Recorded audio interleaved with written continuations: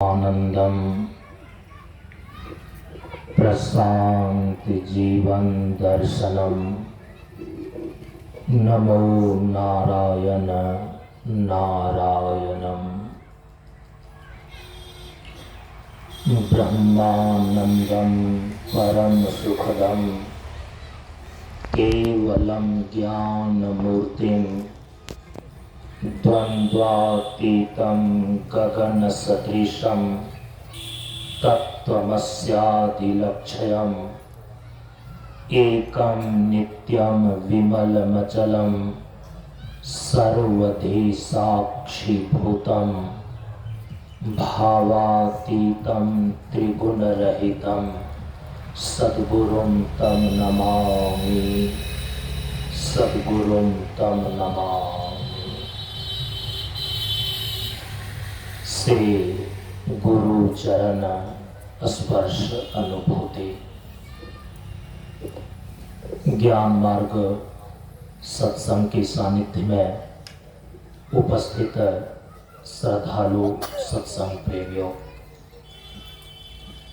ज्ञान बढ़े गुणवान की संगत, ध्यान बढ़े तपस्वी संग की नाव, बुद्धि विवेक विचार बढ़े संत सन्यासी सुसज्जन तिन्हो। इसलिए ज्ञानी वेधय ज्ञान से, व्याधा वेधय तीर, सद्गुरु वेधय शब्द से भींगे सकल शरीर। प्रेमियों, हम सभी लोग प्रशांत योगाश्रम पंडारक मंच पर श्री सीता नवमी के शुभ अवसर पर आयोजित 7 दिवसीय सत्संग कार्यक्रम के आज छठे दिन के सत्संग में उपस्थित हैं। समय काफ़ी आगे बढ़ गया है, 6:45 बज चुके हैं। मंच की घोषणा के अनुसार से 3 बजे से लेकर 5:30 बजे तक ही सत्संग का कार्यक्रम होता है, लेकिन अंतिम 2 दिन पूर्णाहुति के दिन बहुत सारे लोगों को अपने भाव और विचार रखने होते हैं। उसमें से समय का थोड़ा इधर उधर हो जाना, बढ़ जाना स्वाभाविक है, लेकिन बाहर से कुछ लोगों को यहाँ पर आना पड़ता है, तो फिर संध्या होने पर लौटने में उनको परेशानी होती है। हम सभी लोग इस बार के इस सत्संग सत्र में जीवन के 4 पुरुषार्थ अर्थ, धर्म, काम और मोक्ष पर विचार कर रहे हैं। इस पर अंतिम विचार विस्तार से तो कल की सत्संग में आप सभी लोगों के समक्ष रखेंगे। अभी केवल 10-15 मिनट इस पर हम अपने विचार को रखने जा रहे हैं।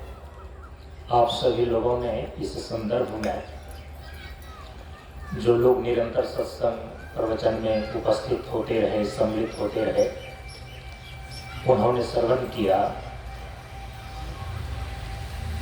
कि हमारे सनातन धर्म के शास्त्रों में और संत महापुरुषों के द्वारा जीवन के 4 पुरुषार्थ निश्चित किए गए हैं,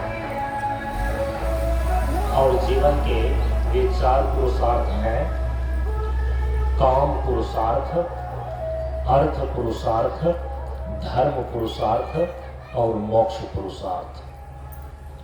पुरुषार्थ का शाब्दिक अर्थ ही होता है सभी पुरुषों की इच्छा का जो विषय है उसको बोलते हैं पुरुषार्थ। यहाँ पुरुष का अर्थ है जीव मात्र। सभी जीवों के अंदर, सभी जीवों के इच्छा का जो विषय है उसको बोलते हैं पुरुषार्थ। तो जीव तो असंख्य हैं, तो असंख्य जीवों के अंदर असंख्य इच्छाएं हैं। लेकिन उन असंख्य इच्छाओं को हमारे ऋषियों ने उनको 4 श्रेणियों में बांट दिया है। असंख्य इच्छाओं को 4 श्रेणियों में बांट दिया और उसी 4 श्रेणी का नाम है जीवन के 4 पुरुषार्थ। व्यक्ति या तो काम की इच्छा करता है और काम का अर्थ होता है संसार के सुख भोग। ये सबके अंदर है, किसी के अंदर प्रकट रहता है और किसी के अंदर यह गुप्त और सुप्त रूप में रहता है, लेकिन संसार के सुख भोगने की इच्छा सभी जीवों के अंदर है। इसी को बोलते हैं काम की इच्छा। अब इसके निमित्त जो प्रयत्न करते हैं उसको बोलते हैं काम पुरुषार्थ। तो असंख्य इच्छाओं में सबसे पहली श्रेणी की जो इच्छा है जीव के अंदर, वो है संसार के सुख भोगने की इच्छा। ये सब में है। इसके बाद जो दूसरी प्रकार की इच्छा जन्म लेती है वो है अर्थ। अर्थ का शाब्दिक अर्थ है, मतलब है संपत्ति, धन। क्योंकि संसार के सुख भोगने की इच्छा यदि अंदर है, कामना यदि अंदर है, वो कामना तो शांत से रहने नहीं देगी। वो तो बेचैन करती है, ये चीज हमें चाहिए, ये चीज हमें चाहिए, स्त्री चाहिए, पुत्र चाहिए, अच्छा मकान चाहिए, अच्छा भोजन चाहिए, अच्छा वस्त्र चाहिए, घूमने फिरने के ये सारे संसाधन चाहिए। तो संसार के सुख भोगने के जितने भी साधन हैं, यदि कामना अंदर है तो वो तो फिर चाहिए। अब उसकी व्यवस्था करने के लिए संसार के सुख भोगने की इच्छा को पूरा करने के लिए अर्थ की जरूरत होती है, संपत्ति की जरूरत होती है। इसीलिए अब सभी जीवों के अंदर संपत्ति की, धन की और अर्थ की इच्छा होती है, अर्थोपार्जन करने की इच्छा होती है। अब ये दूसरी प्रकार की इच्छा है। असंख्य इच्छाओं में ये दूसरी श्रेणी की इच्छा है अर्थोपार्जन करने की, साधन सुविधा को जुटाने की, व्यवस्था करने की। इसके बाद जो तीसरे प्रकार की इच्छा है, तीसरे श्रेणी की जो इच्छा है, उसको बोलते हैं धर्म की इच्छा। और धर्म है एक प्रकार का अनुशासन, धर्म है एक प्रकार का नीति और नियम। क्योंकि असंख्य जीव है और असंख्य जीव अपने जीवन में अपने को सुखी करने के लिए, सुख सुविधा से संपन्न करने के लिए जो अर्थ का उपार्जन कर रहा है, सब में होड़ लगा हुआ है। यदि एक नीति नियम नहीं होगा तो सभी के सभी जीव आपस में इस प्रकार से लड़ भिड़ करके आपस में ही मर मिटेंगे, तो जीवन ही फिर आगे नहीं जी सकेगा। तो इसीलिए राजनीतिक स्तर पर भी कुछ नियम कानून बनाए गए। यदि तुम नौकरी के द्वारा या कृषि के द्वारा या व्यापार के द्वारा यदि अर्थ का उपार्जन करते हो, धन का उपार्जन करते हो, तो तुम्हें इतना टैक्स देना पड़ेगा। और इसी प्रकार से ही तुम्हें संपत्ति अर्जन करना पड़ेगा। और आय से अधिक यदि संपत्ति का अर्जन कर लेते हो और यदि ये पकड़ में आ गया तो फिर ये सरकार भी उस व्यक्ति को जिंदगी भर सलाखों के पीछे कर देती है। अर्थ का उपार्जन करने का भी एक निश्चित नियम निर्धारित किया गया है और हमारे शास्त्रों में उसी नियत कामोपभोग और अर्थोपार्जन करने की जो निश्चित विधा है, अनुशासन है, शास्त्र की भाषा में उसी को बोलते हैं धर्म का अनुशासन। इसके बाद धर्म की इच्छा, धर्म का पालन, जो नीति निर्धारण है उसका निर्वहन करके ही कोई व्यक्ति अपने जीवन में लंबे समय तक जीवन को जी सकता है, समाज के बीच अपने को स्थापित कर सकता है। इसके बाद सबसे अंतिम जो इच्छा का विषय है वो है मोक्ष की इच्छा। ये मोक्ष की इच्छा सबके अंदर व्यक्तिगत स्वतंत्रता के रूप में, एक पशु पक्षी भी एक पिंजरे में बंद करके नहीं रहना चाहता। जन्म सिद्ध अधिकार है जो बाल गंगाधर तिलक ने कहा कि स्वाधीनता, आजादी हमारा जन्म सिद्ध अधिकार है और इसको लेकर के रहेंगे। परतंत्रता कोई भी जीव पसंद नहीं करता, वो स्वाधीन रहना चाहता है, स्वतंत्र रहना चाहता है। हम पंछी उन्मुक्त गगन के पिंजरबद्ध न गा पाएंगे, कनक तीलियों से टकराकर पुलकित पंख टूट जाएंगे। हम बहता जल पीने वाले मर जाएंगे भूखे प्यासे। एक पक्षी भी अपने अंदर स्वतंत्र रहने की इच्छा रखता है कि हम स्वच्छंद आकाश में विचरण करें। वो सोने के पिंजरे में रहना पसंद नहीं करता, क्योंकि जीव का जो स्वाभाविक और पारमार्थिक स्वरूप है, ईश्वर अंश जीव अविनाशी होने के कारण से स्वतंत्रता, स्वाधीनता, स्वच्छंदता इनके अंदर स्वाभाविक रूप से विद्यमान है। और जब यही पूर्ण रूप से घटित होता है, स्वतंत्र होने की इच्छा, मुक्त होने की इच्छा, तो इसी को बोलते हैं मोक्ष। शरीर और संसार के बंधनों से छूट जाना, सभी प्रकार के दुखों की आत्यांतिक निवृत्ति कर लेना और परमानंद को समुपलब्ध हो जाना, हमारे शास्त्र में इसी को कहा गया है मोक्ष। तो मोक्ष की इच्छा भी सभी जीवों के अंदर है। अब इन चार प्रकार की श्रेणियों में जो असंख्य इच्छाओं को बांट दिया गया, काम की इच्छा, अर्थ की इच्छा, धर्म की इच्छा, मोक्ष की इच्छा, इसी इच्छा को लेकर के जब प्रयत्न होता है तो उसके साथ अब पुरुषार्थ शब्द जुड़ जाता है। काम पुरुषार्थ, अर्थ पुरुषार्थ, धर्म पुरुषार्थ और मोक्ष पुरुषार्थ। कामों को भोग की पूर्ति के लिए जो प्रयत्न किया जाए वो काम पुरुषार्थ, अर्थोपार्जन के लिए जो प्रयत्न किया जाए वो अर्थ पुरुषार्थ है, धर्मानुष्ठान के लिए जो किया जाए वो धर्म पुरुषार्थ है, और मोक्ष को प्राप्त करने के लिए जो उपाय बतलाए गए हैं, जब उसकी साधना किया जाए तब उसको बोलते हैं मोक्ष पुरुषार्थ।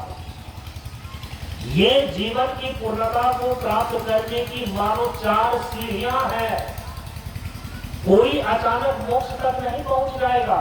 जीवन का जो सबसे अंतिम परम पुरुषार्थ है वो मोक्ष माना गया है, क्योंकि जैसे जैसे व्यक्ति के अंदर विवेक का प्रकाश बढ़ता जाता है, समझदारी बढ़ती जाती है, वो धीरे धीरे देखता क्या है, ये तो ठीक है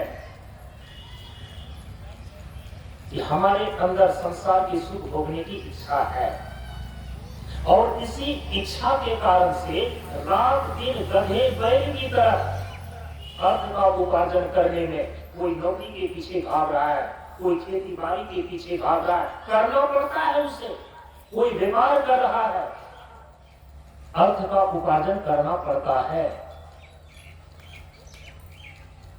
ये अर्थ के उपार्जन करने में भी सरकार के द्वारा, धर्मशास्त्र के द्वारा अब उसमें एक नीति निर्धारण कर दिया गया कि तुम इसी तरीके से ही अर्थ का उपार्जन कर सकते हो, इतना ही कर सकते हो।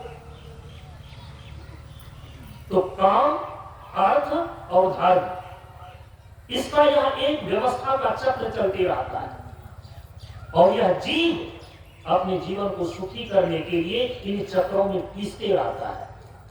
जब गहराई से ये विचार करता है कि हम तो स्वतंत्र होना चाहते हैं, हम तो अपने जीवन में एक ऐसी अवस्था का अनुभव करना चाहते हैं जहां मृत्यु की छाया न हो, जो कि 2-3 दिन पहले हम बता करके आए, जहां मूर्खता की चपेट न हो, जहां दुख की अनुभूति न हो,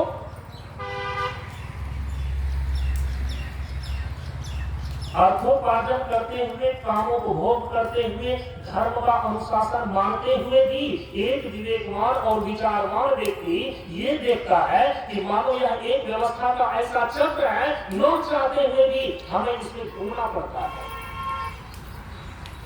सुख चाहिए तो अर्थ का उपार्जन करो, अर्थ का उपार्जन चाहिए तो नियम और कानून का पालन करो।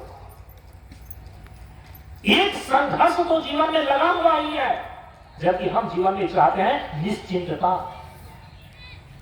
पूर्ण निश्चिंतता, जहां जीवन की सारी समस्याओं का अंतिम समाधान मिल जाए। हम चाहते हैं ये जीव की नैसर्गिक इच्छा है ये, अर्थात मोक्ष, जहां ये मृत्यु के भय से छूट जाए, मूर्खता की चपेट से छूट जाए और दुखों की आत्यांतिक निवृत्ति कर ले।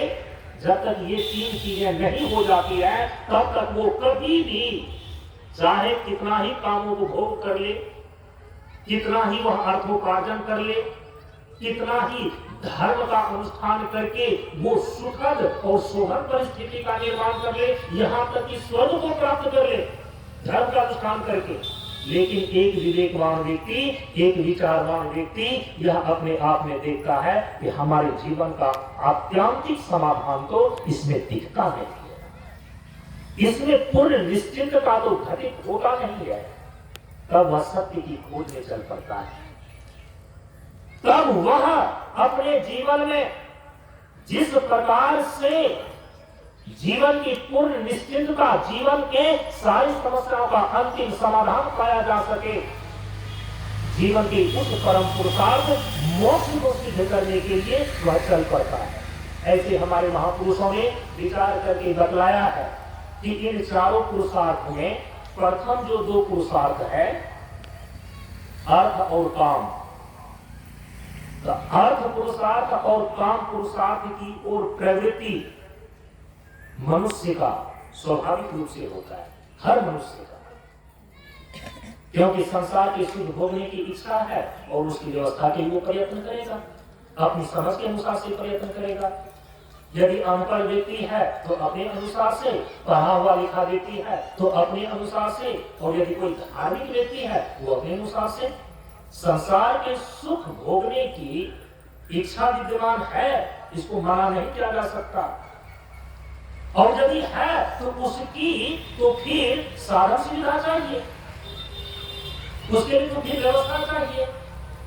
कि इसीलिए कामों को भोग और अर्थोपार्जन में प्रवृत्ति, अर्थ पुरुषार्थ और काम पुरुषार्थ की ओर प्रवृत्ति ये जीवों में स्वाभाविक होती है। लेकिन याद रखिएगा, इन 4 पुरुषार्थ में अंतिम जो 2 पुरुषार्थ है, धर्म और मोक्ष, हमारे महापुरुषों का कहना है, विचारकों का कहना है कि धर्म पुरुषार्थ और मोक्ष पुरुषार्थ, धर्म और मोक्ष की ओर मनुष्य की प्रवृत्ति स्वाभाविक नहीं होती है। 99.9% हम पूरे विश्व की बात कर रहे हैं, पूरे विश्व में जो 7.5 अरब की जनसंख्या अभी हो रही है, 7.5 अरब लोग पूरे विश्व की धरती पर निवास कर रहे हैं, उसमें 99.9% व्यक्ति, नजर उठा करके आप देख लीजिए, अध्ययन करके देख लीजिए, केवल अर्थ और काम के पीछे भाग रहा है। क्योंकि अर्थ और काम की ओर सभी जीवों की स्वाभाविक प्रवृत्ति होती है। संसार के सुख भोगने की इच्छा है, उसकी आपूर्ति के लिए व्यवस्था करने के लिए दौड़ है। लेकिन जीवन के अंतिम जो दो पुरुषार्थ हैं, धर्म और मोक्ष, मोक्ष चाहता है हर एक जीव, लेकिन वो मोक्ष हमारे जीवन में घटित कैसे होगा, उसकी ओर प्रवृत्ति सभी जीवों की स्वाभाविक नहीं होती, सभी मनुष्यों की स्वाभाविक नहीं होती।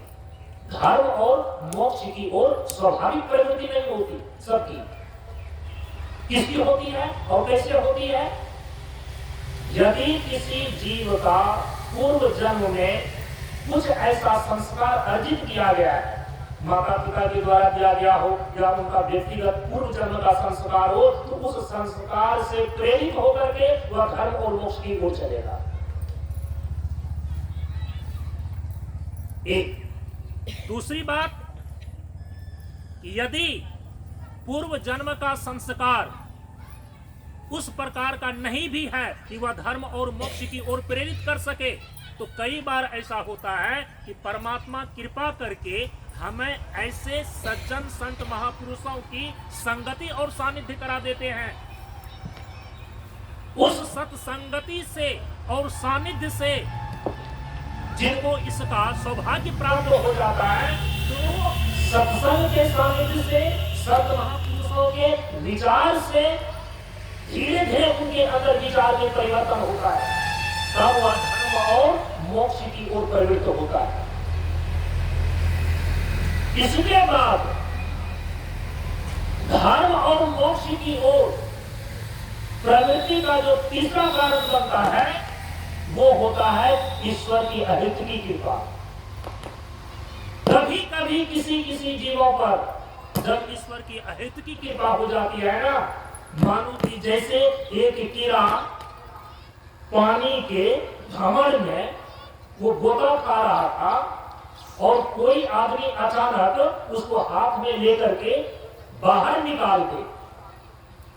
उसी प्रकार से कई बार ऐसी घटना घटित होता है कई मनुष्यों के जीवन में कि कुछ ऐसा संयोग सधता है, कुछ ऐसी दैवी कृपा होती है, उनके जीवन में अचानक परिवर्तन आ जाता है, जीवन में क्रांति आ जाती है और वह धर्म और मोक्ष की ओर प्रवृत्त हो जाता है। अचानक तीन कारणों से, तीन हेतुओं से धर्म और मोक्ष की ओर मनुष्य की प्रवृत्ति होती है। अन्यथा सारे के सारे जीवों की, सारे के सारे मनुष्यों की प्रवृत्ति तो केवल अर्थ और काम की ओर होता है। संसार के जितने विषय हैं उसको भोग करने की प्रवृत्ति है स्वाभाविक, और भोग की प्रवृत्ति को पूरा करने के लिए जो साधन सुविधा चाहिए उसका उत्पादन करने में उसकी प्रवृत्ति है। अब यदि ऐसा ही है तो हमारे संत महापुरुष कहते हैं कि इस सच्चाई को स्वीकार करो और उसको ठीक ढंग से व्यवस्थित करो, क्योंकि ये तुम्हारे जीवन के पुरुषार्थ हैं, और यदि इसको ठीक ढंग से तुम व्यवस्थित नहीं कर सका ना, इन दो सीढ़ियों को ठीक ढंग से यदि तुम पार नहीं कर सका ना, धर्म और मोक्ष में प्रवेश ही नहीं कर पाओगे। जीवन के जो पूर्णता प्राप्त करने की यात्रा में अर्थ और काम के बाद जो धर्म और मोक्ष की सीढ़ियां हैं, इस पर तुम चढ़ ही नहीं सकोगे। इसलिए हमारे वैदिक ऋषियों ने समाज में और व्यक्तियों के जीवन के लिए एक ऐसी व्यवस्था बनाई, यदि ये सच्चाई है कि तुम्हें संसार के सुख भोग चाहिए और उसके लिए तुम प्रवृत्त भी हो रहे हो, तो उसको कायदे से करो। इसीलिए अर्थ और काम जिसकी ओर 99.9% मनुष्य और जीवों की प्रवृत्ति है, इसको ठीक ढंग से समझ लेनी चाहिए। भगवान श्री कृष्ण ने स्वयं गीता में अर्जुन को समझाया है, ऐ अर्जुन, जीवन की जो ये प्राथमिक धरातल पर घटने वाली ये घटनाएं हैं, इसे तुम आंख नहीं मूंद सकते हो। एक आलसी व्यक्ति, एक अकर्मण्य व्यक्ति, एक निकम्मा व्यक्ति, ऐसा नहीं है उसके अंदर सुख को प्राप्त करने की इच्छा नहीं है, संसार के सुख को भोगने की इच्छा नहीं है। संसार के सुख भोगने की इच्छा एक निकम्मा व्यक्ति के अंदर भी है, एक अकर्मण्य व्यक्ति के भी अंदर है। और यदि वह अर्थोपार्जन नहीं करता है वह अर्थ पुरुषार्थ नहीं करता है, तो व्यक्ति के जीवन में और समाज में इतनी बड़ी विसंगति होती है, वह से चोर, लुटेरा, डाकू आदि पैदा हो जाते हैं। यदि व्यक्ति अपने जीवन के इस प्राथमिक धरातल की सच्चाई को स्वीकार कर ले कि नहीं, संसार के सुख भोग करने की इच्छा है, तो हमें उसे कायदे से पूर्ति करना है, अपने परिश्रम से उसको लाना है। इसीलिए काम और अर्थ पुरुषार्थ को लेकर के हमारे महर्षियों ने जो व्यवस्थाएं निश्चित की है, उसको समझ करके उसके अनुसार से आप जीवन में इसको पूरा कर सकते हो। भगवान श्री कृष्ण ने तो यहां पर कहा कि शरीर यात्रा अपि न प्रसिद्धेत अकर्मणः। जो अकर्मण्य व्यक्ति है, जीवन में तो आगे बढ़ना, जीवन में बहुत और कुछ प्राप्त करना तो दूर की बात है। ये जीवन जीने के लिए जो शरीर की यात्रा है ना, कम से कम शरीर को जिंदा रखना, और शरीर को जिंदा रखने के लिए आपको रोटी चाहिए, कपड़ा चाहिए और मकान चाहिए। जीवन के हैं 3 निशान, रोटी, कपड़ा और मकान, भोजन, वस्त्र और आवास, ये सबको चाहिए। इसकी भी पूर्ति नहीं हो पाती है जो व्यक्ति अकर्मण्य होता है, जो व्यक्ति निकम्मा होता है, जो व्यक्ति आलसी होता है। भगवान कहते हैं शरीर यात्रा भी न प्रसिद्ध है, शरीर यात्रा भी उनका प्रसिद्ध नहीं हो पाता है। माने शरीर की जो आवश्यकता की पूर्ति है, वह भी अकर्मण्य व्यक्ति पूरा नहीं कर पाता है। जीवन में ऊंचा उठना और मोक्ष को प्राप्त करना तो दिल्ली दूर की बात हो जाती है उसके लिए। इसीलिए परम पूज्य गुरुदेव ने कहा है कि कर्महीनता की वेदी पर बदनसीबी की आग सुलगती है, और ऐसे पुरुषार्थहीन जीवन अंगूठी और ताबीज के बीच उलझती है। यदि आपके अंदर पुरुषार्थ का सामर्थ्य होना, आपके अंदर कर्म का सामर्थ्य होना, क्योंकि भगवान ने आपके अंदर कर्म करने की शक्ति दिया है। गोस्वामी तुलसीदास जी महाराज कहते हैं कि सकल पदार्थ यही जग माही, कर्महीन नर पावक नाही। भाग्य की रेखा सुनिश्चित है अपनी कर्म गति पर। कर्मवाद से भाग्य को बदलो और विजय पाओ अपनी अवनति पर। कई बार कई व्यक्ति इन सारी बातों को अपने भीतर में हृदयांगम करके जब वह पुरुषार्थ करने के लिए चलता है, जब वह अर्थोपार्जन करने के लिए चलता है, तो पिछले 3 दिन पहले मैं बता करके आया हूं, कई बार उनको महत्वाकांक्षा की पागल दौड़ सवार हो जाती है। और यहीं पर हमारे महापुरुष फिर से सावधान करते हैं, अपने कर्म के बल पर, अपने पुरुषार्थ के बल पर यदि तलवार के नोक पर पूरी दुनिया को अपने अधिकार में लेना चाहते हो, तो पुरुषार्थ का यह नोक हमारे सनातन धर्म की मान्यता में मान्य नहीं है। क्योंकि पुरुषार्थ का मतलब यह होता है दुख की निवृत्ति और सुख की प्राप्ति। यदि दुख की निवृत्ति के लिए प्रयत्न किया जाए, सुख की प्राप्ति के लिए यदि प्रयत्न किया जाए, उसी प्रयत्न का नाम है पुरुषार्थ। और एक तरफ आप कर्मठ होकर के पुरुषार्थ का वह रूप अपनी पागल महत्वाकांक्षा की दौड़ में खड़ा करते हैं कि मैं तलवार की नोक पर सारी दुनिया पर मैं अपना अधिकार जमाऊंगा। हमारे इतिहास में बहुत ऐसे बड़े बड़े योद्धा और लड़ाकू हो गए हैं, लेकिन सनातन धर्म में उसको बहुत बड़ा पुरुषार्थ ही नहीं माना गया है। पुरुषार्थ का आधार बिंदु होना चाहिए सहनशीलता। सहनशीलता धरती की पहली बेटी थी सीता, जिसका मुंह बोला नाम पड़ा, वो तो चलता फिरता दर्द ही था, पुरुषार्थ ने उठकर जिसको राम कहा। कैसे संपत्ति का अर्जन करेंगे? पहले तो ध्यान में आपको ये रखना चाहिए, ये संपत्ति तो आपको चाहिए। सब कोई इस चीज को मानते हैं कि हमको तो अर्थ चाहिए। जहां की अर्थव्यवस्था ठीक नहीं है, जिस घर की अर्थव्यवस्था ठीक नहीं है, वो घर कभी विकास नहीं कर पाता। जिस राष्ट्र की अर्थव्यवस्था ठीक नहीं है, वो राष्ट्र कभी आगे नहीं बढ़ पाता। जब पूरे विश्व की अर्थव्यवस्था गड़बड़ाने लगती है ना, तो विश्व युद्ध की स्थिति आ जाती है। अर्थ तो चाहिए। लेकिन आज कई बार अर्थ के नाम पर जो आदमी अनर्थ कर रहा है, आपका शास्त्र कहता है कि हे मनुष्य, अर्थ तुम्हारे जीवन में जीवन का एक बहुत बड़ा मजबूत स्तंभ है जीवन विकास करने के लिए, लेकिन यही अर्थ हो सकता है कि तुम्हारे जीवन में अनर्थ कर दे, जबकि तुम अपने जीवन में इस अर्थ को अपने जीवन का सामर्थ्य बनाओ। अर्थ अनर्थ न करे, बल्कि वह आपको समर्थ कर दे। उसके लिए अर्थ पुरुषार्थ को समझना, और कैसे अर्थ पुरुषार्थ करने के लिए हमारे ऋषि महर्षियों ने विधा निश्चित की है, उसको अपने जीवन में लागू करना आवश्यक है। अर्थव्यवस्था के नाम पर, संपत्ति अर्जन के नाम पर तलवार की नोक से लूटपाट करना, ये अर्थ पुरुषार्थ नहीं कहलाता है। दूसरे के धन को लूटना, ये अर्थ पुरुषार्थ नहीं कहलाता है, क्योंकि आपके मन में ऐसे ऐसे अर्थ का संचय करके अपूर्व संपत्ति इकट्ठा करके भी मन में एक प्रकार का भय तो बना रहता है। न जाने कब सरकार की पकड़ में आएंगे, और यदि नहीं बच पाया तो जिंदगी भर के लिए सलाखों के पीछे जाना पड़ेगा।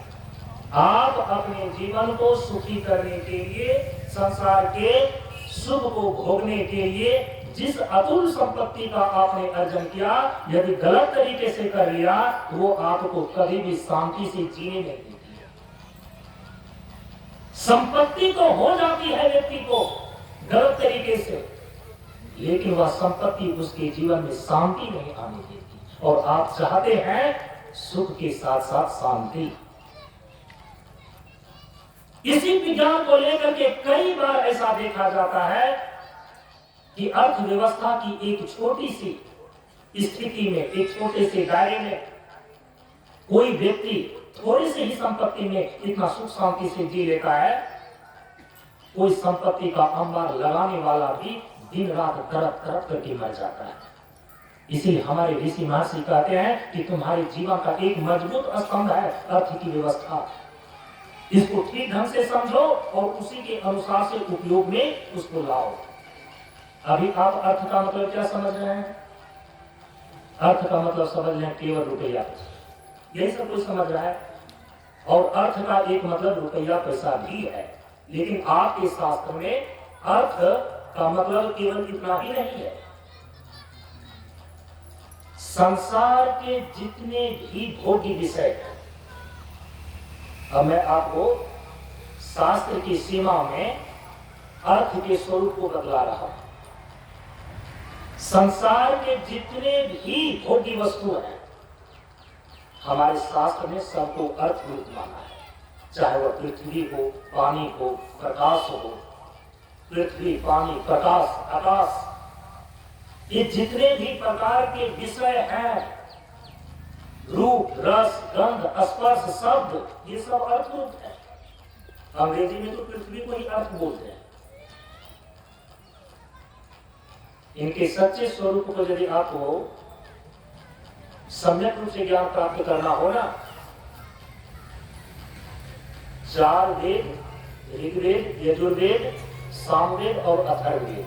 अथर्ववेद का एक उपभाग है स्थापत्य वेद और अर्थशास्त्र। ये जो अर्थ की व्यवस्था आपके जीवन में धर्म शास्त्रों के द्वारा सुनिश्चित की गई है कि कैसे संपत्ति का अर्जन करना चाहिए, कैसे संपत्ति का विनिमय करना चाहिए, संपत्ति हमारे जीवन में क्यों आवश्यक है, इन सारी चीजों का उल्लेख, इन सारी चीजों की व्यवस्था हमारे वेदों के अथर्ववेद में जो उनका उपभाग स्थापत्य वेद है, उसी के अंदर ये अर्थशास्त्र आता है। और आधुनिक में जो अर्थशास्त्र प्रचलित है हमारे भारतवर्ष में, वो तो कौटिल्य का अर्थशास्त्र है। तो हम अर्थ के पीछे, आज मैनेजमेंट के पीछे हम भाग रहे हैं, पढ़ाई भी कर रहे हैं, लेकिन कई बार ऐसा हो सकता है कि अथर्ववेद का जो अर्थशास्त्र है उसका ही परिज्ञान नहीं है। यदि उसका परिज्ञान नहीं होगा तो आपका यह अर्थ कई बार आपके जीवन में आपको समर्थ नहीं करके आपके जीवन में अनर्थ कर देगा। उसमें बताया गया है कि जब 27 प्रकार के अनर्थों से ये अर्थ को बचाया जाए तब वह अर्थ पुरुषार्थ है। सोचिए, 27 प्रकार के अनर्थों से जब अर्थ को बचाया जाए, संपत्ति को बचाया जाए, तब उसको हम अर्थ पुरुषार्थ बोलते हैं। इसीलिए इसका सम्यक परिज्ञान तो आपको मिलेगा अथर्ववेद से। अथर्ववेद का एक उपभाग है अर्थशास्त्र। उसी के आधार पर चाणक्य ने जिसको कि बाद में कहा गया कौटिल्य का अर्थशास्त्र ही हमारे भारतवर्ष में अभी सबसे ज्यादा प्रचलित है। और आप क्या समझते हैं कि जितना भी आज मैनेजमेंट की पढ़ाई हो रही है, जितनी भी अर्थव्यवस्था अभी की जा रही है, तो क्या जो करने वाले हैं, जो अर्थशास्त्र को पढ़ाने वाले हैं, तो क्या उनको अर्थशास्त्र का परिज्ञान नहीं है? अर्थशास्त्र की बातों को अपने भीतर में हृदयंगम करके आधुनिक शिक्षा के आधार पर सारी मैनेजमेंट की व्यवस्था की गई है।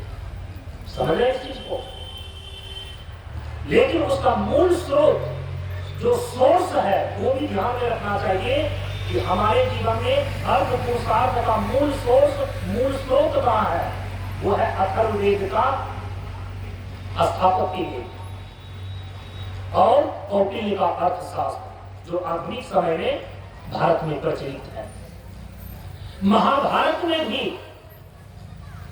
ये बतलाया गया है कि अर्थ पुरुषार्थ को अनर्थ होने से, जब 27 प्रकार के अनर्थों से अर्थ को हम बचा लेते हैं, तब वो अर्थ पुरुषार्थ कहलाता है।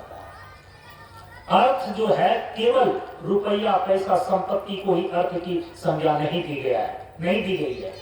संसार में जितने भी भोगी विषय है, जितने भी भोगी वस्तु है, हम उसको बोलते हैं अर्थ। भगवान शंकराचार्य जी कहते हैं कि संसार के जितने भोगी विषय हैं, उसकी संज्ञा है अर्थ। जब उस विषय का हम उपभोग करते हैं, उस विषय का सेवन करते हैं, उसी की संज्ञा है काम।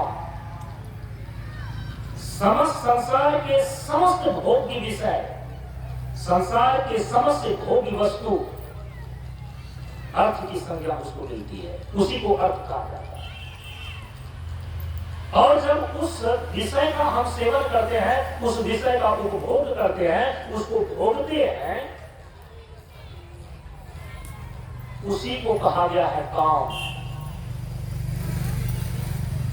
काम और अर्थ,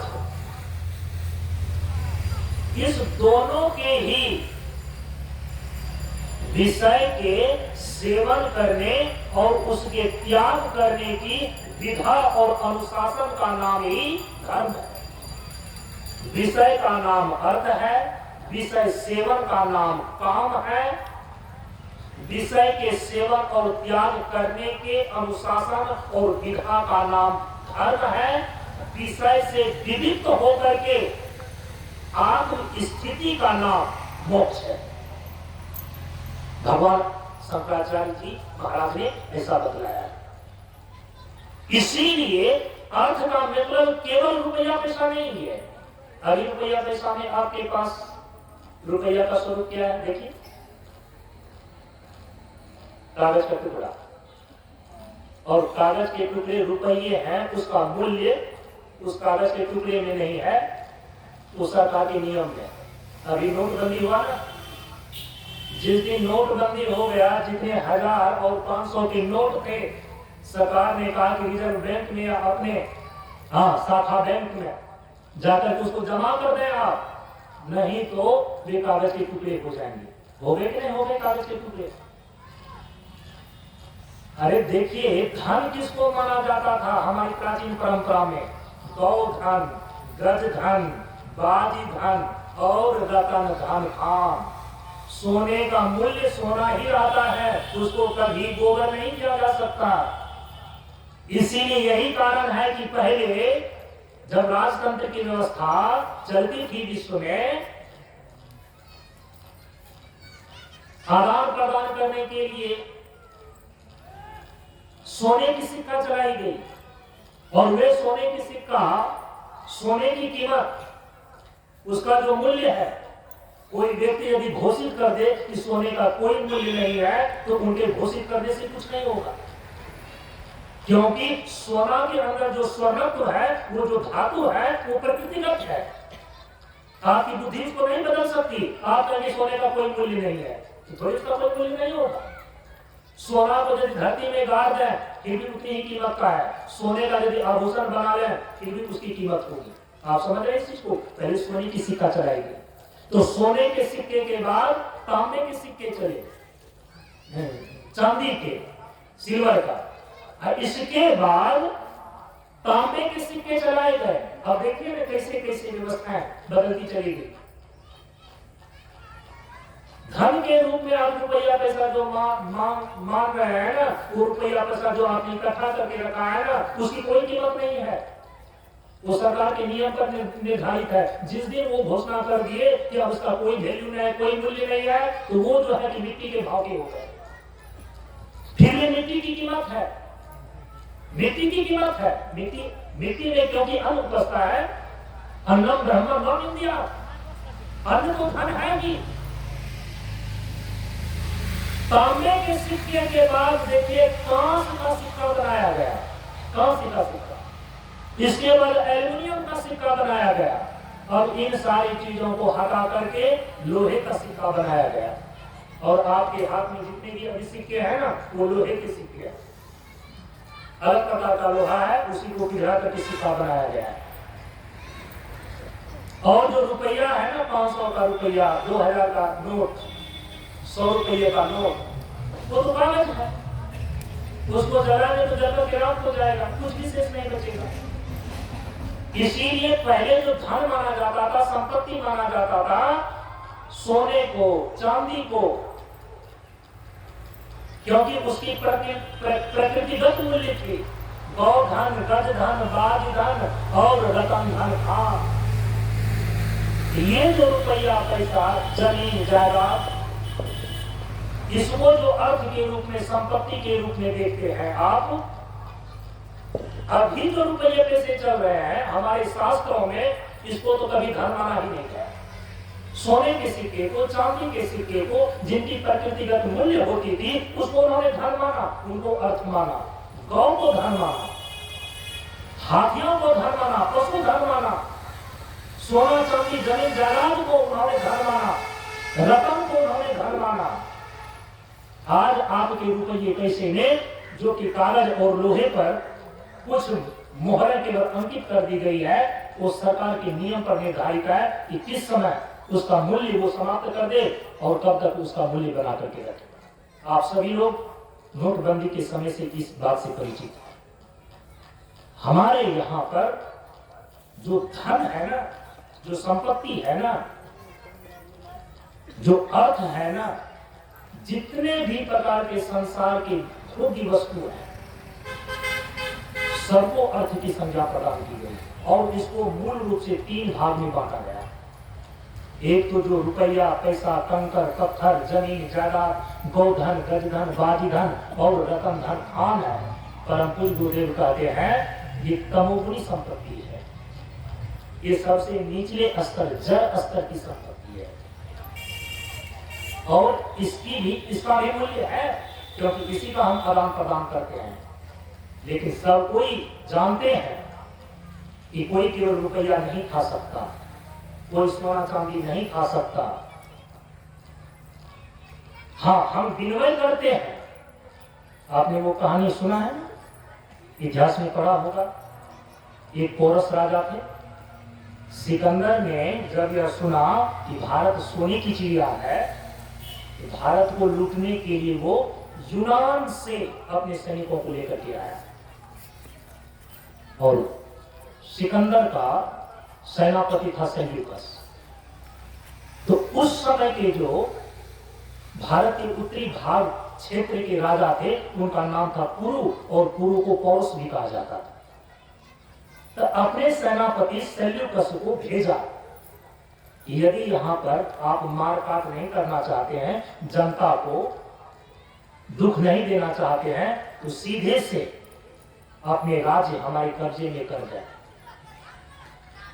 सेल्यूकस यही बात लेकर के राजा पौरुष के पास गया था, और राजा पौरुष को, राजा कुरु को जब ये पता चला कि विश्व विजेता की महत्वाकांक्षा लिया हुआ सिकंदर यूनान से चलकर के भारत आया है, क्योंकि उन्होंने सुन रखा था कि अर्थ की व्यवस्था में भारत इतना मजबूत है कि उसे सोने की चिड़िया कहा जाता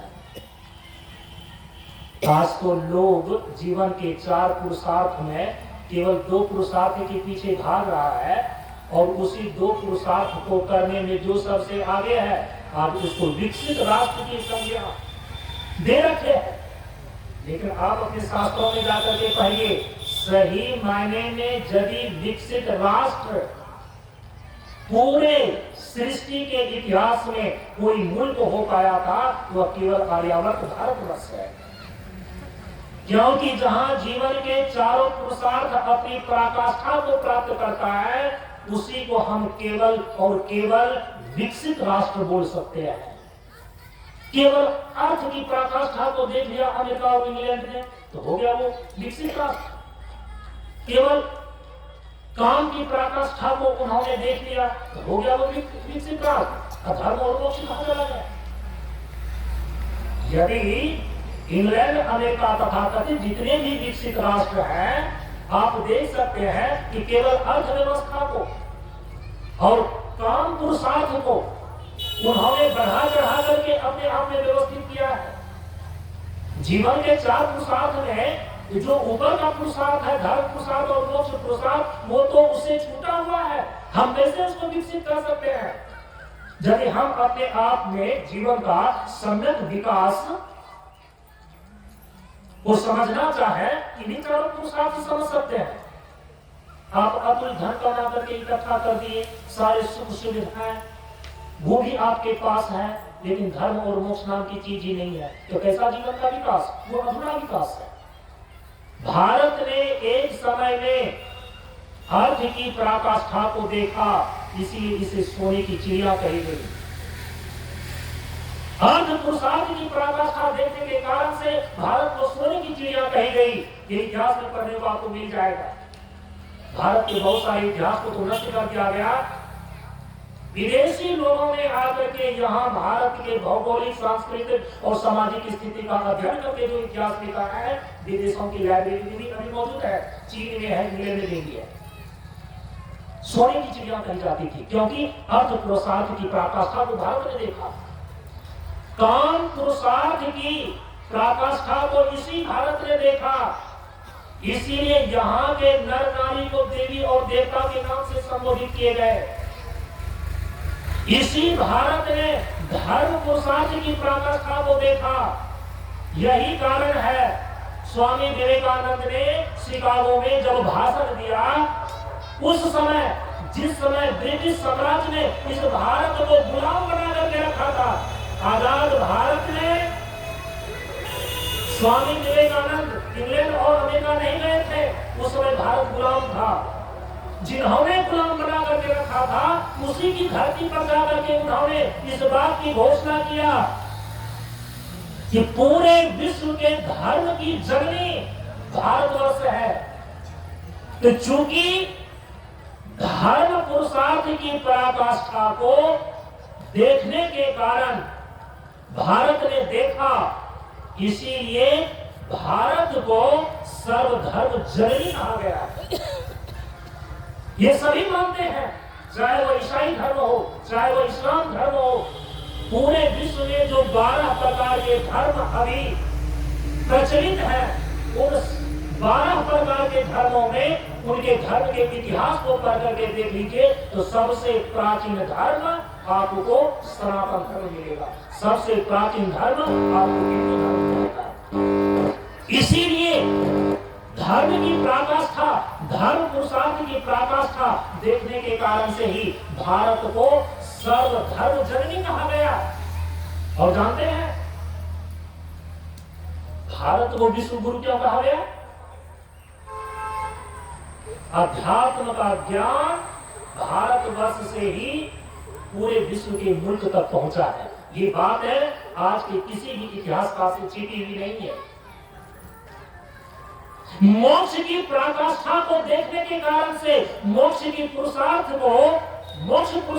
पराकाष्ठा को देखने के कारण से भारत को विश्व गुरु कहा गया। क्योंकि जिस अध्यात्म ज्ञान को पा करके व्यक्ति मोक्ष को प्राप्त कर लेता है, शरीर और संसार के बंधनों से छूट जाता है। यह अध्यात्म ज्ञान सर्वप्रथम इस पृथ्वी पर भारतवर्ष में विकसित हुआ। जिस भारत की भूमि ने जीवन के चारों पुरुषार्थ की पराकाष्ठा को देखा हो, आज उस भारत को गरीब देश कहा जाता है। अरे गरीब ये था नहीं, गरीब बनाया गया। और याद रखिए आज भी गरीब नहीं है। ये गरीब होने की मानसिकता हमें हजारों वर्ष से डाली गई है, खास करके 200 वर्षों से डाली गई है। 6 प्रकार की रीत में केवल भारत में पाई जाती है। जितने प्रकार के अनाज भारत में पैदा होते हैं, विश्व के किसी मुल्क में पैदा नहीं होता है, क्योंकि यहाँ 6 प्रकार की रीत में पाई जाती है। पूरे भारत की अर्थव्यवस्था पर पूरे विश्व की नजर है और भारत के लोगों के अंदर ये मानसिकता डाल दी गई है कि पूरे विश्व के मानचित्र में तुम एक गरीब देश हो।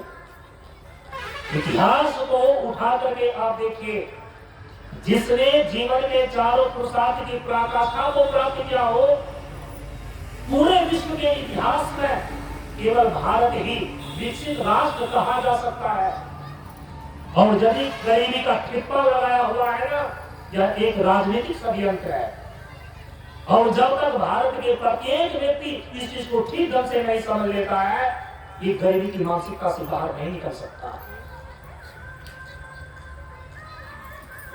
अर्थ एक ही रूप में नहीं है।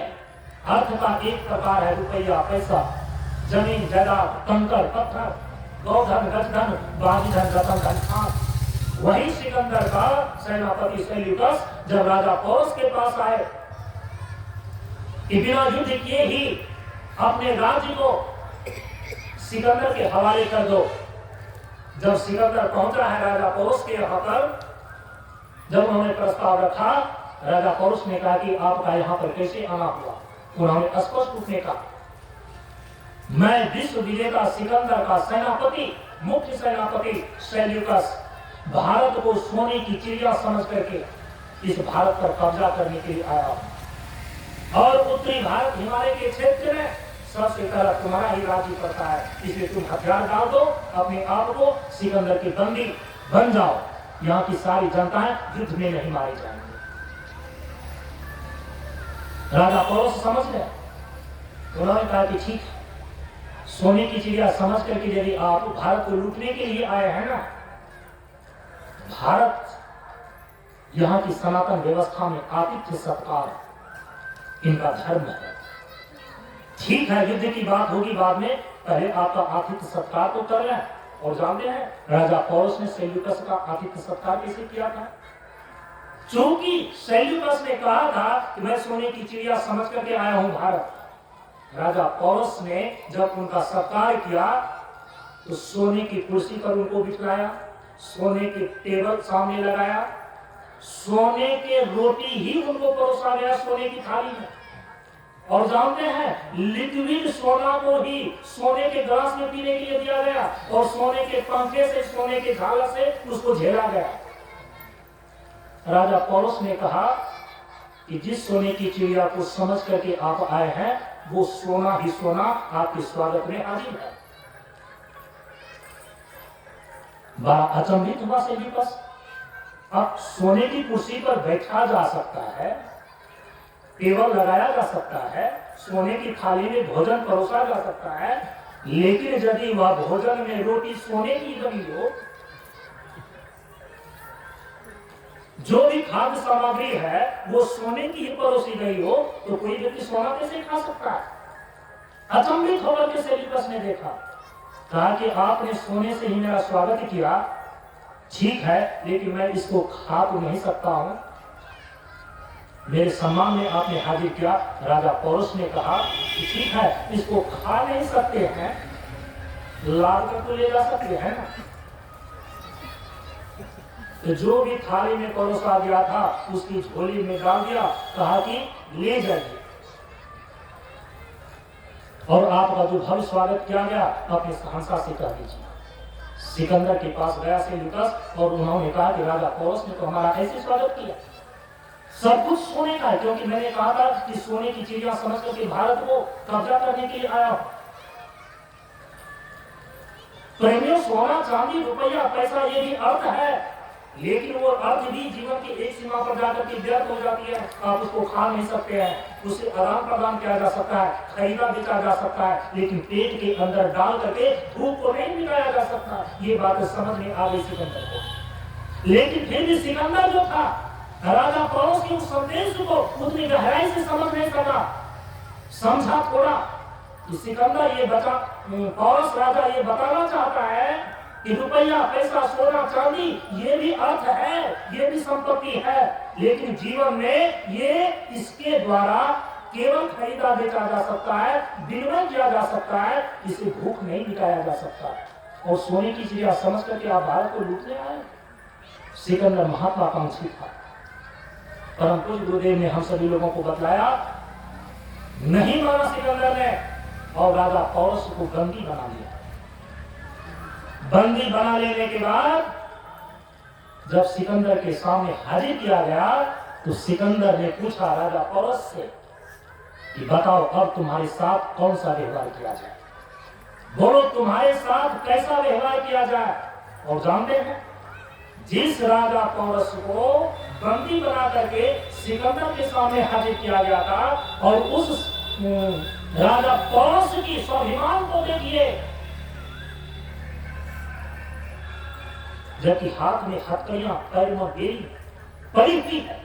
जब सिकंदर ने पूछा कि राजा पुरु बताओ और तुम बताओ और तुम्हारे साथ कैसा व्यवहार किया जाए, राजा पौरुष ने कहा कि एक राजा दूसरे राजा के साथ जैसा व्यवहार करता है वैसा ही व्यवहार मेरे साथ करो। सिकंदर अचंभित हो गया, अरे मैंने इसको बंदी बना लिया है, इनके शरीर में मैंने बेड़ी डाल दिया है, लेकिन इसके भीतर जो स्वाभिमान है इसको तो मैं कैद भी नहीं कर सका।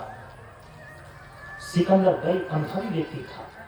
इस स्वाभिमान और इस बहादुरी को देख करके इतिहास आप पढ़ेंगे, वहां आपको करने को मिलेगा, सिकंदर ने राजा पौरुष को जो बंदी बनाया हुआ था उनकी बेड़ियों को खोल दिया, और जो उनके राज्य पर उन्होंने कब्जा किया था उसको छोड़ दिया।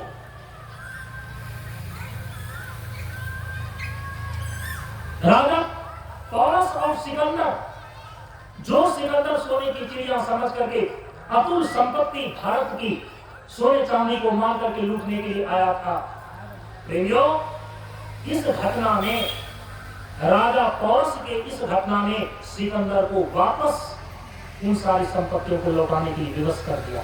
एक अर्थ की व्यवस्था में, एक अर्थ के रूप में रुपया पैसा सोना चांदी जमीन जायदाद भी अर्थ मानी जाती है हमारे शास्त्रों में, लेकिन यह निचले स्तर का, प्रमुखी स्तर का, जड़ स्तर की संपत्ति है। परम पूज्य गुरुदेव कहते हैं, जो इससे ऊपर स्तर की संपत्ति है, जिसके कारण से ये सारी संपत्तियां अर्जित की जाती है, वो रजोगुणी स्तर की संपत्ति है, शरीर, स्वास्थ्य और सुंदरता। दूसरी प्रकार की संपत्ति है शरीर, स्वास्थ्य और सुंदरता। जब ये तीनों चीजें आपके पास है ना, आप सारी प्रकार की संपत्तियां अर्जित कर लेंगे।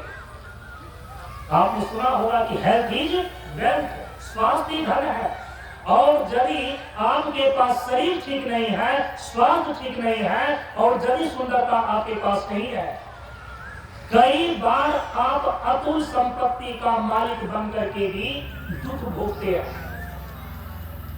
इसीलिए अर्थ का मतलब केवल रुपया पैसा नहीं है, अर्थ का मतलब दूसरे प्रकार की संपत्ति, स्वास्थ्य, शरीर और सुंदरता भी है।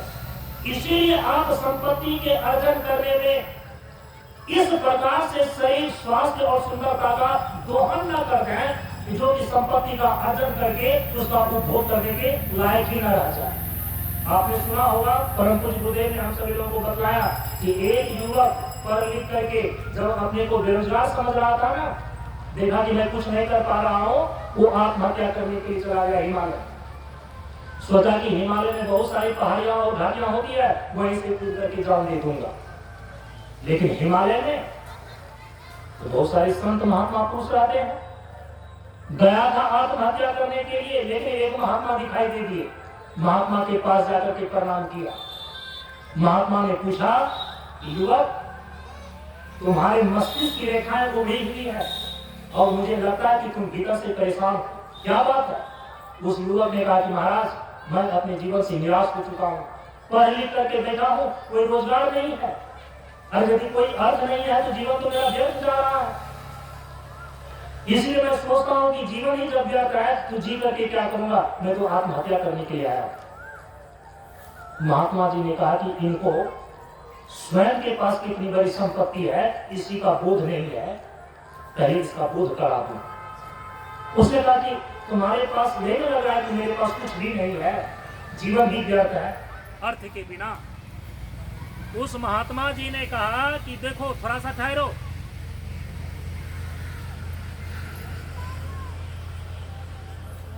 अपने कुटिया के बगल में ले गए और उस युवक से उन्होंने कहा, महात्मा जी ने, कि तुम कहते हो कि मेरे पास कुछ नहीं है, मेरा जीवन बेकार है और व्यर्थ है, इसलिए मैं आत्महत्या करना चाहता हूं। देखो तुम्हारे पास क्या क्या नहीं है, हाथ है ना, पैर है ना, पूरा शरीर से हट्टा कट्ठा शरीर, स्वास्थ्य और सुंदरता, ये तीनों चीज दिख रही है। इससे भी बड़ी कोई संपत्ति हो सकती है क्या? ठीक है, यदि कि तुम इसका कोई कीमत नहीं, तुम्हारे पास जो चीज है इसका कोई कीमत यदि तुम नहीं आंकते हो तो कोई बात नहीं है। तुम्हारा जो ये पैर है ना, ये 50,000 रुपया में खरीदने के लिए तैयार हो, क्या बेचोगे? आप तो घबरा गया युवक।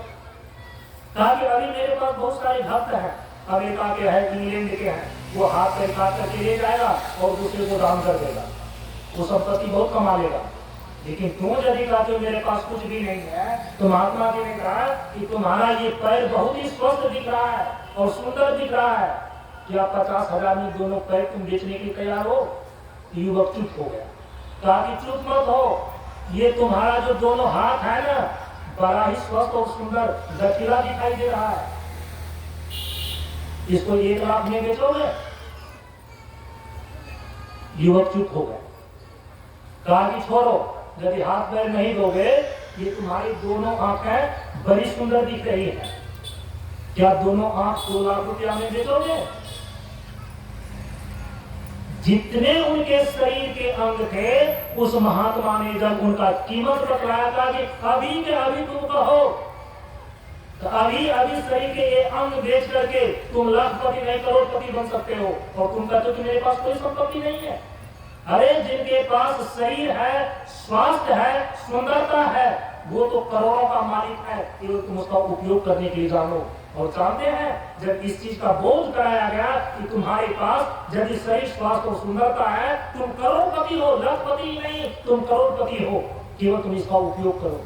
कहा जाता है वह युवक जब उस महात्मा से प्रेरणा लेकर के लौटा और जब अपने शरीर के सारी इंद्रियों का उपयोग किया, कालांतर में जाकर के टाटा बिरला बन गए थे। वही टाटा बिरला है जो कि पूरे भारत में इतनी बड़ी कंपनी आज चला रहे हैं, उनके जीवन की ये कहानी है। इसलिए शरीर, स्वास्थ्य और संपत्ति, शरीर, स्वास्थ्य और सुंदरता, ये जब संपत्ति से अधिक मूल्यवान संपत्ति है, ये आपको समझना पड़ेगा। यही कारण है कि जिस समय आपका शरीर बीमार पड़ जाता है, शरीर मरणासन में आ जाता है, सारे जमीन बेच करके भी आप जीवन को बचाना चाहते हैं, शरीर को बचाना चाहते हैं, तो कीमत किसकी अधिक हुई, जमीन की या शरीर की? आप तो जमीन को बेच करके शरीर को बचाना चाह रहे हैं, सोना चांदी को बेच करके आप इलाज कराना चाह रहे हैं, तो कीमतवान कौन हो गया? शरीर। परम पूज्य गुरुदेव कहते हैं, ये रुपया पैसा से भी जो ऊंची संपत्ति है वो शरीर और स्वास्थ्य है। जो हेल्थ को, स्वास्थ्य को बना करके रखता है, वो कभी भी निर्धन नहीं हो सकता है, केवल उसका उपयोग करेगा। जानते हैं, इससे भी ऊपर की एक संपत्ति और होती है, वो है सतोगुणी स्तर की संपत्ति, और उसका नाम है ज्ञान, गुण और चरित्र। ज्ञान, गुण, चरित्र ये दैवीय संपदा है। जिसके पास ज्ञान है, जिसके पास सतोगुण है, जिनके पास चरित्र है, आपने सुना होगा ना, wealth is lost, nothing is lost, health is lost, something is lost, if character is lost, all things is lost. चरित्र यदि गया तो सब कुछ चला गया। ये रुपया पैसा वाला यदि धन गया तो समझो कुछ नहीं गया, वो तो फिर आ जाएगा। लेकिन यदि स्वास्थ्य चला गया, समझो कि कुछ गया। धन गया तो कुछ नहीं गया, स्वास्थ्य गया तो कुछ गया, यदि चरित्र चला गया तो समझो सब कुछ चला गया। तो परम पूज्य गुरुदेव ने कहा कि सबसे बड़ा जो संपत्ति है, सबसे बड़ी जो संपत्ति और धन है, वो है ज्ञान, गुण और चरित्र। ज्ञान, गुण और चरित्र को लेकर के अब देखिए, अभी के परिप्रेक्ष्य में यदि मैं उदाहरण दूं, हमारे भारतवर्ष में बहुत ऐसे ऐसे राजनेता हैं, यदि कि उनकी 7 पीढ़ियां भी बैठ करके खाए ना,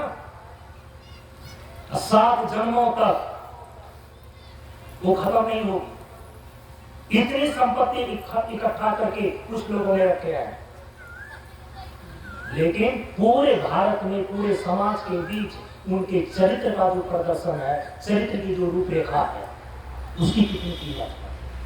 लेकिन हमारे ही बीच कुछ ऐसे व्यक्ति हैं जिनके नाम पर 1 करोड़ रुपए भी बैंक बैलेंस नहीं है, लेकिन पूरे विश्व के बड़े बड़े दिग्गज नेता लोग उनके इशारे पर नाच रहे हैं। उनके पास है क्या? क्या रुपया पैसा है? नहीं। रुपया पैसा के नाम पर तो करोड़ रुपये भी उनके बैंक बैलेंस नहीं है, लेकिन ज्ञान, गुण और चरित्र की संपत्ति उन्होंने इतना संजो करके रखा है कि पूरे विश्व पर भारी कर रहा है। मैं नाम लेना नहीं चाहता। इसीलिए परम पूज्य गुरुदेव ने कहा कि कुछ संपत्ति ऐसी होती है जो शरीर, स्वास्थ्य और सुंदरता से भी ऊपर होती है, उसका नाम है ज्ञान, गुण, चरित्र। आपने वो घटना सुना होगा ना, विश्वामित्र राजा अपने सैनिक बल लेकर के जब एक जंगल में गए, तो जब रात हो गई तो विश्राम करने के लिए कहां पहुंचे? वशिष्ठ जी के यहाँ। वशिष्ठ जी के यहाँ जाकर के 10,000 सैनिकों के साथ पहुंचे, और वहां जो उनका भव्य स्वागत किया, वशिष्ठ जी ने केवल एक कुटिया, और कुटिया के पीछे एक कामधेनु गौ। गुरु वशिष्ठ की पत्नी अरुंधति केवल 1 घंटे के अंदर 10,000 सैनिकों को खाने पीने की ऐसी व्यवस्था कर दी जो विश्वामित्र को राजभवन में सुलभ नहीं था। खा पी लेने के बाद ऐसी व्यवस्था को देख करके विश्वामित्र के मन में लोभ हो गया। उन्होंने कहा कि ये तो बाहर से एक कुटिया बनी हुई दिखती है, लेकिन कौन सी इसके पास ऐसी संपत्ति है गुरु वशिष्ठ के पास कि 1 घंटे के अंदर 10,000 सैनिकों के खाने पीने की व्यवस्था कर दिए। नहीं रहा गया तो वशिष्ठ जी के पास जाकर के विश्वामित्र, जिस समय वो राजर्षि थे, विश्वामित्र ने जाकर के पूछा, राजर्षि विश्वामित्र ने जाकर के पूछा कि आपने 1 घंटे के अंदर 10,000 सैनिकों के खाने की पीने की व्यवस्था कैसे कर दिया? तब उन्होंने कहा कि कुटिया के पीछे जाकर के देखो, ये उसी का कमाल है। तो विश्वामित्र ने सोचा कि हो सकता है कि कोई खजाना होगा, उसी को देखने के लिए वो बेच रहे हैं। जब कुटिया के पीछे गए तो विश्वामित्र ने देखा कि एक गाय जुड़ी हुई है, एक गाय जो है वहां पर बांधी हुई है, पीछे आराम कर रही है। इधर उधर ताक झांक करके देखा कि कहीं कोई रत्न का भंडार दिखाई नहीं दिया, तो फिर आए, कहा कि पीछे तो एक गाय बंधी हुई है और तो कुछ दिखाई नहीं दिया। कहा कि उसी गौ का कमाल है, वो है कामधेनु। आपने शास्त्रों में पढ़ा होगा, कामधेनु कल्प वृक्ष पारस।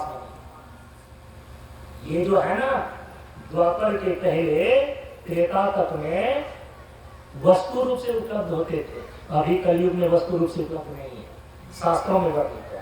कामधेनु का वर्णन है, कल्प वृक्ष का वर्णन है और पारसमणि। यदि अभी पारसमणि रहता ना तो उसको चुरा करके सभी आदमी सोना, लोहा को सोना बना दिया। अभी पारसमणि वस्तु रूप में उपलब्ध नहीं है, कामधेनु भी वस्तु रूप में उपलब्ध नहीं है, कल्प वृक्ष भी वस्तु रूप में उपलब्ध नहीं है। वशिष्ठ जी ने कहा कि कामधेनु का ये चमत्कार है। अब जब उन्होंने सुना कि कामधेनु ऐसी चमत्कारिक गाय है, वशिष्ठ जी से विश्वामित्र जी ने कहा कि तब ये कुटिया में रह करके क्या करेगी, ये तो मेरे राजभवन में जाना चाहिए। तब कहा कि अरे ये गाय मात्र नहीं है जो तुम इसको ले जा सकोगे।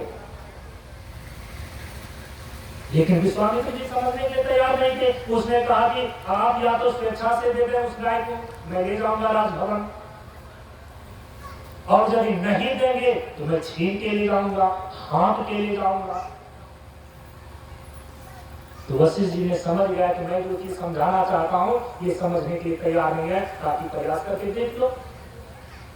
विश्वामित्र गए और कामधेनु को ले जाना ज्यों ही चाहा तो कातर दृष्टि से कामधेनु ने वशिष्ठ जी को देखा और वशिष्ठ जी ने आंखों में इशारा कर दिया कि मैंने तुमको दान नहीं किया है, वो जबरदस्ती तुमको ले जा रहे हैं, इसलिए अपना कुछ चमत्कार दिखाओ।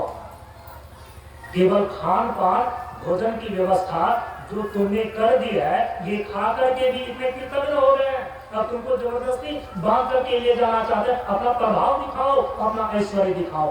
और कहा जाता है कि कामधेनु ने जब विश्वामित्र और उनके सैनिकों को, कामधेनु कई रूप में होकर के 10,000 सैनिकों को खदेड़ते उस जंगल से बाहर कर दिया। और जब विश्वामित्र के पीछे वो पड़ी तब तक खदेड़ते रही वो कामधेनु, जब तक विश्वामित्र वशिष्ठ जी के चरण में नहीं गिर गए। वशिष्ठ जी के चरण में विश्वामित्र गिर गए तो कामधेनु ने उसको छोड़ दिया।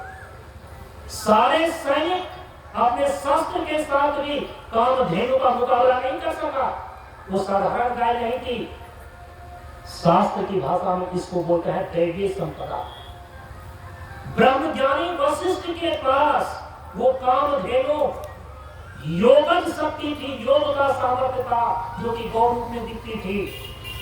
यदि ज्ञान हो, सतोगुण में आप स्थित हो और आपका चरित्र उज्जवल हो, दैवीय संपदा एक गाय के रूप में, कामधेनु के रूप में, कल्प वृक्ष के रूप में और पारसमणि के रूप में, जैसे रैदास के कुटिया में पारसमणि रखा रहता था। ये संत ऋषियों के पास योग सामर्थ्य के रूप में निवास करते हैं। ये सबसे बड़ी संपत्ति है।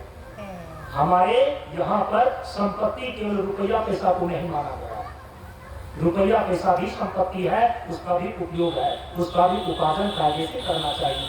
लेकिन याद रखिए, उससे भी बड़ी संपत्ति है आपका शरीर और स्वास्थ्य। लेकिन शरीर स्वास्थ्य से भी ऊपर की संपत्ति क्या है?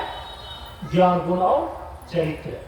अब ये जो रुपया पैसा का मामला है, हम इसको कैसे उपार्जन करते हैं, किन किन स्रोतों से इसको उपार्जित करने के लिए हमारे शास्त्र में बतलाया गया है, और किस प्रकार से इस अर्थ का विनिमय करें अपने परिवार और जीवन में, जो कि हम एक अर्थ पुरुषार्थ करके अपने जीवन को सुखी कर सकते हैं। इस पर विचार हम कल के सत्संग में देंगे।